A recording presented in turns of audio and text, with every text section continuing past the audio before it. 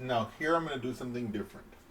Um, I didn't write down the instructions for this problem because I wanted to explain it to you verbally as we went along here. So now there may come moments, well, not may, there will come moments when we're going to have an expression like this, and we're going to want to factor out the least common multiple. Okay? And so the way that we're going to do that is we're going to recognize um, that, for example, an expression like this can be seen as the right hand side of the distributive law for a judicious choice of A, B, and C. So now I'm going to be super pedantic here. Again, unfortunately, I hate to say that, but like that way you guys can see exactly what I'm thinking here. Okay. I know that x squared is the same as x times x. By the way, just so you know, the word pedantic means when you're super stickler on details. Okay. So here, what you can see here is that I'm rewriting the x squared as x times x. And I want you to notice something. What is 6? 6 is 3 times 2. So I can see this is 3 times x minus 3 times 2x. Aha. I have a 3x here. I have a 3x here. And in fact, these 3x are being multiplied, right? We can see that by the commutative law that I could in fact rewrite it as 3x times 2. So let me do that here. 3x times x minus 3x times 2, right? So I can see that this is in fact the case. Okay?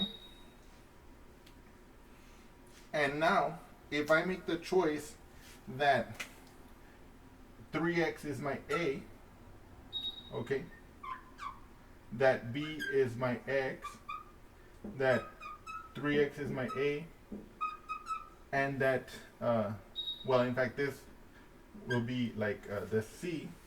We can, in fact, change that a little bit here. We have to. I'm going to make this a plus, and I'm going to make this a minus 2, right? Just so that it'll exactly match my formula. But I can see that, aha, I can pull out the 3x, and I get 3x times x plus minus 2. Okay. And but what is that? That's just 3x times x minus 2, like this. And so I can see that this is I factored out the 3x from this expression.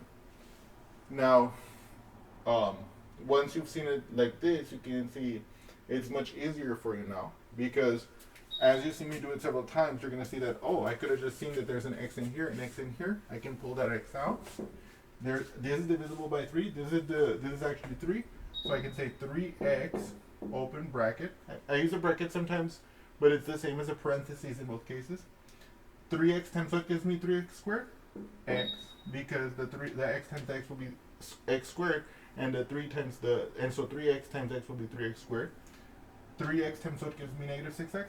Minus 2, because negative 2 times 3x will be minus 6x. And so it's easier to see like that.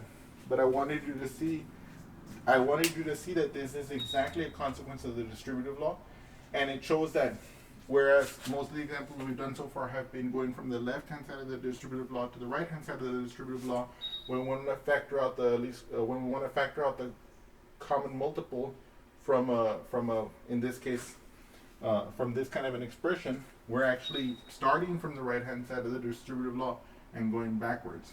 And I wanted to show that to you explicitly here, so you can see that it is a consequence of that. I hope you all have enjoyed this example, and I'll see you again soon. Thank you.